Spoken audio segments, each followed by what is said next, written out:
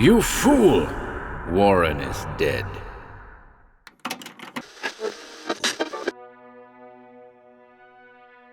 Welcome to HorrorBabble.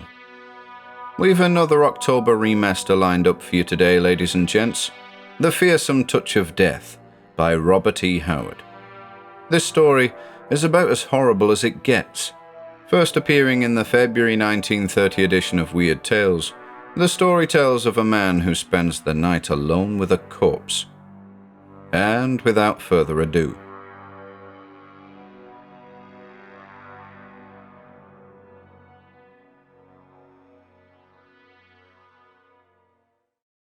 The Fearsome Touch of Death by Robert E. Howard.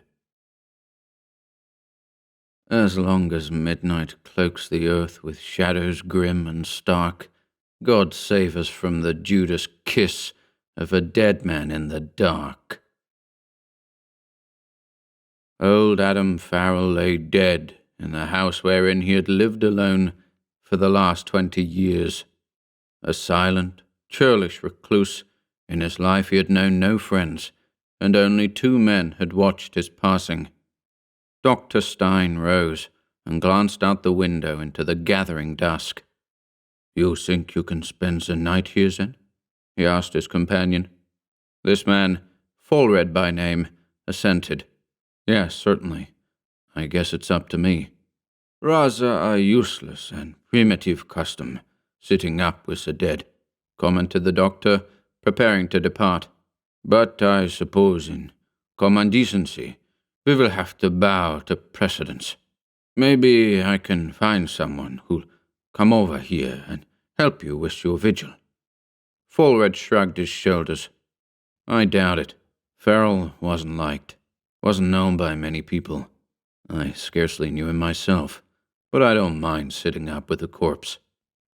Dr. Stein was removing his rubber gloves, and Fullred watched the process with an interest that almost amounted to fascination.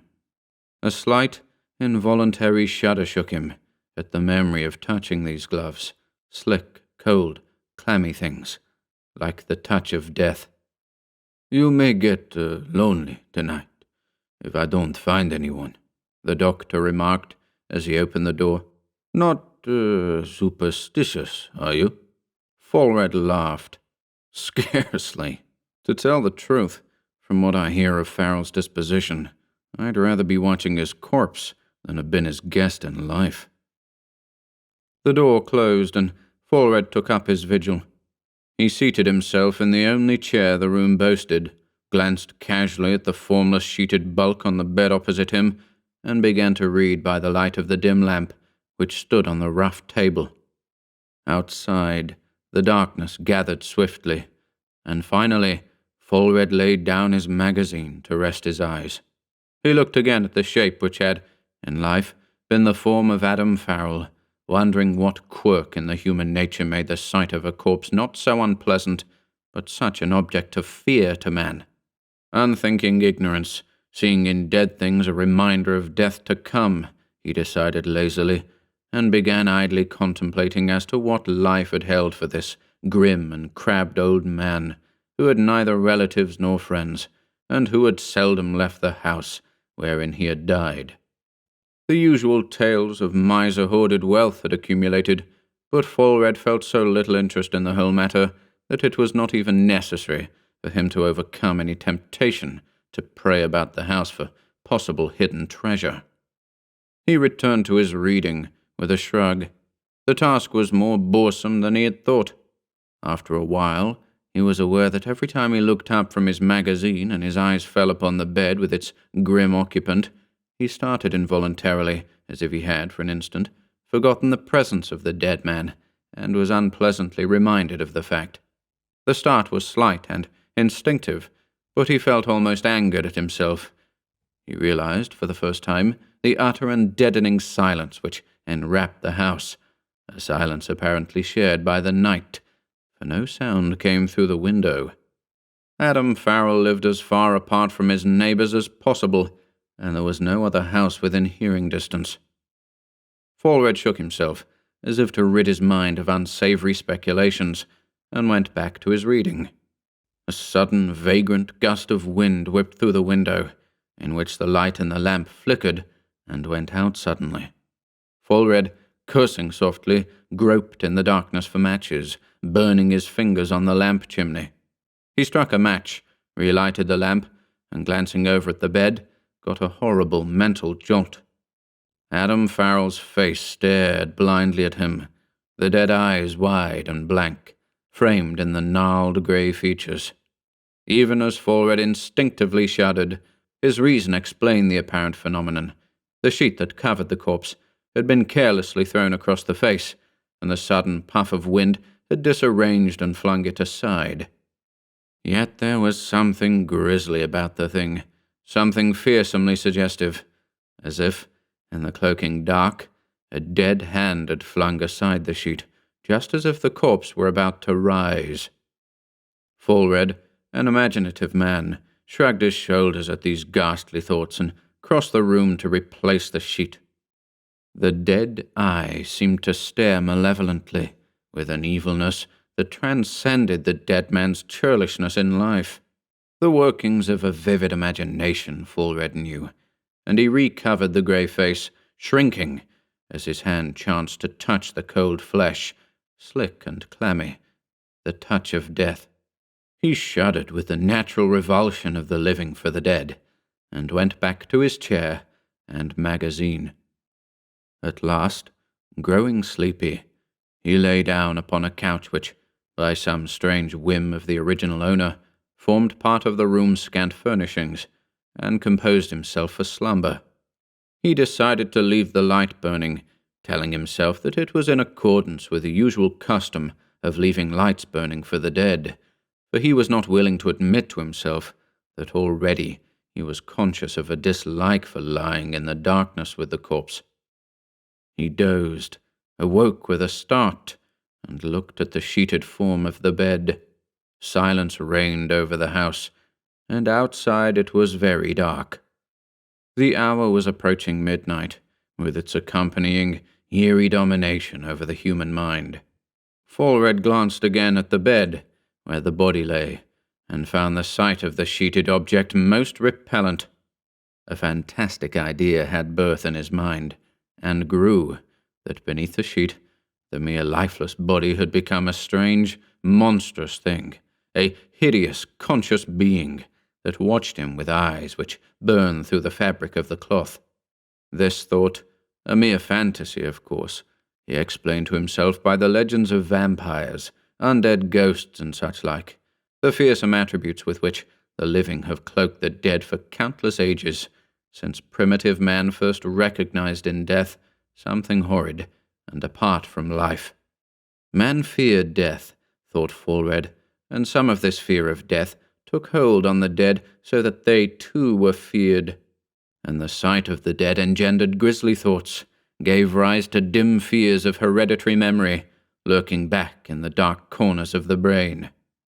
At any rate, that silent, hidden thing was getting on his nerves. He thought of uncovering the face, on the principle that familiarity breeds contempt. The sight of the features, calm and still in death, would banish, he thought, all such wild conjectures as were haunting him, in spite of himself. But the thought of those dead eyes staring in the lamplight was intolerable, so at last he blew out the light and lay down.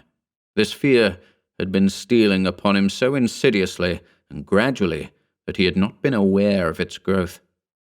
With the extinguishing of the light, however, and the blotting out of the sight of the corpse, things assumed their true character and proportions, and Fulred fell asleep almost instantly, on his lips a faint smile for his previous folly. He awakened suddenly. How long he had been asleep, he did not know. He sat up, his pulse pounding frantically, the cold sweat beading his forehead. He knew instantly where he was, remembered the other occupant of the room. But what had awakened him? A dream. Yes, now he remembered. A hideous dream in which the dead man had risen from the bed and stalked stiffly across the room, with eyes of fire and a horrid leer frozen on his grey lips. Fulred had seemed to lie motionless, helpless, Then, as the corpse reached a gnarled and horrible hand, he had awakened. He strove to pierce the gloom, but the room was all blackness, and all without was so dark that no gleam of light came through the window. He reached a shaking hand toward the lamp, then recoiled, as if from a hidden serpent. Sitting here in the dark with a fiendish corpse was bad enough, but he dared not light the lamp, for fear that his reason would be snuffed out like a candle at what he might see. Horror, stark and unreasoning, had full possession of his soul. He no longer questioned the instinctive fears that rose in him. All those legends he had heard came back to him and brought a belief in them. Death was a hideous thing, a brain-shattering horror, imbuing lifeless men with a horrid malevolence. Adam Farrell in his life had been simply a churlish but harmless man. Now he was a terror, a monster, a fiend lurking in the shadows of fear, ready to leap on mankind with talons dipped deep in death and insanity. Falred sat there, his blood freezing, and fought out his silent battle. Faint glimmerings of reason had begun to touch his fright, when a soft, stealthy sound again froze him. He did not recognize it as the whisper of the night wind across the windowsill.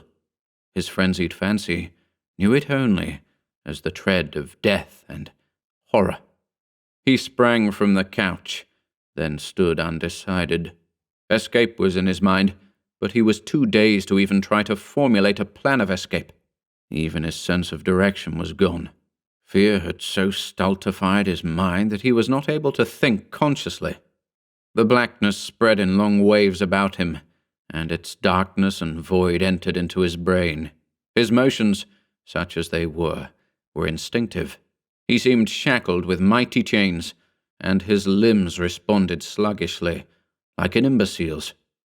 A terrible horror grew up in him, and reared its grisly shape, that the dead man was behind him, was stealing upon him from the rear. He no longer thought of lighting the lamp. He no longer thought of anything. Fear filled his whole being. There was room for nothing else. He backed slowly away in the darkness, hands behind him, instinctively feeling the way. With a terrific effort, he partly shook the clinging mists of horror from him, and, the cold sweat clammy upon his body, strove to orient himself. He could see nothing, but the bed was across the room, in front of him. He was backing away from it. There was where the dead man was lying, according to all rules of nature. If the thing were as he felt behind him, then the old tales were true. Death did implant in lifeless bodies an unearthly animation, and dead men did roam the shadows to work their ghastly and evil will upon the sons of men. Then, great God, what was man but a wailing infant, lost in the night and beset by frightful things from the black abysses and the terrible unknown voids of space and time? These conclusions he did not reach by any reasoning process. They leaped full-grown into his terror-dazed brain. He worked his way slowly backward, groping, clinging to the thought that the dead man must be in front of him. Then his back-flung hands encountered something slick, cold, and clammy, like the touch of death. A scream shook the echoes, followed by the crash of a falling body. The next morning, they who came to the house of death found 2 corpses in the room. Adam Farrell's sheeted body lay motionless upon the bed, and across the room lay the body of Falred beneath a shelf where Dr. Stein had absent-mindedly left his gloves, rubber gloves, slick and clammy to the touch of a hand groping in the dark, a hand of one fleeing his own fear. Rubber gloves, slick and clammy and cold, like the touch of death.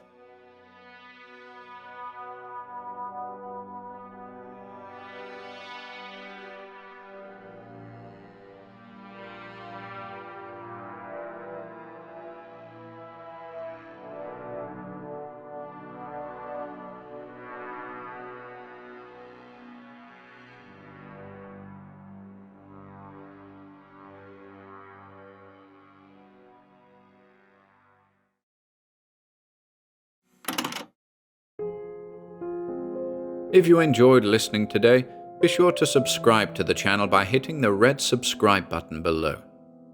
After doing so, click the bell icon next to the subscribe button to receive new content notifications. If you'd like to support our work and receive exclusive perks, consider becoming a channel member by clicking the join button below. To support us in other ways, see the video description for links to our Bandcamp and Patreon pages, our merch store over at Teespring, and further information relating to our releases on Audible, iTunes, and Spotify. And until next time,